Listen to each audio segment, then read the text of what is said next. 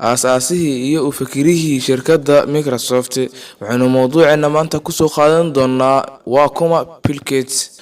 kusoo dhawaada barnaamijka Haldoor. magacaygu waa Muscab Maxamed, halkanina waa channelka Camir Yare.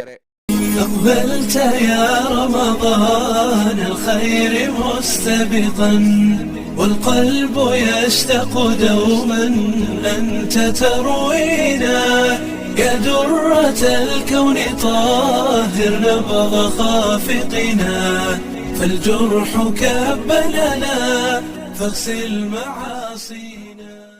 Bill Gates waxa uu ku dhashay Seattle ee Washington sanadku markuu ahaa 28 Oktoobar 1955. waa nin ganacsade iyo programming ah isla markaasna ah samafale.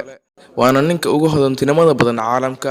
Bill Gates iyo Paul Allen waxay wada aasaaseen shirkadda Microsoft sanadku markuu ahaa 1975. noloshiisii hore Bill Gates waalidkiis waxaa la yiraahdaa William Henry Gates, hooyadii oo la oran jiray Mary Maxwell Gates. Bill Gates waxaa la dhalatay laba walaalo ah. Bill Gates waxa uu yaraantiisii ku soo barbaaray qoys magac leh, taariikhda siyaasadda iyo ganacsiga iyo adeegga bulshada. aabihii wuxuu ahaa garyaan ama lawyer saa u taqaana, waliba qaybta ugu sarreysa.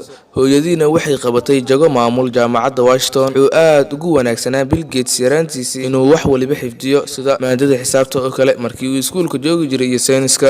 waalidkiina waxay ogaadeen Bill Gates inuu yahay qof maskax furfuran oo hore wax ka qaban kara.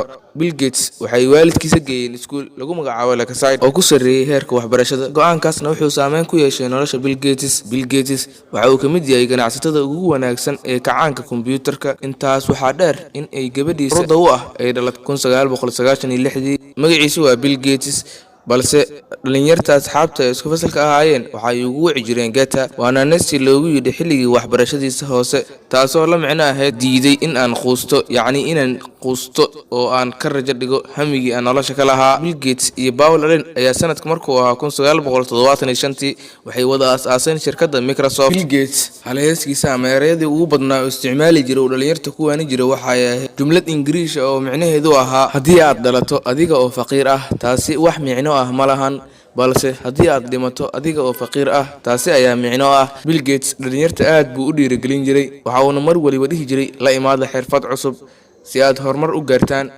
tiknoolajiyaddan aad u jeedo ee Microsoft iyo wixii la mid ahba waxay ka soo burqatay ninka lagu magacaabo Bill Gates. hadda William Henry Gates, Bill Gates waxaa lagu tilmaamay ninka dunida ugu lacagta badan. waxaa taariikhdan oo kooban diyaariyay walaalkiin Muscab Maxamed Maxamuud oo idin leh sidaas iyo nabadgelyo. wassalaamu calaykum waraxmatullaahi tacaala.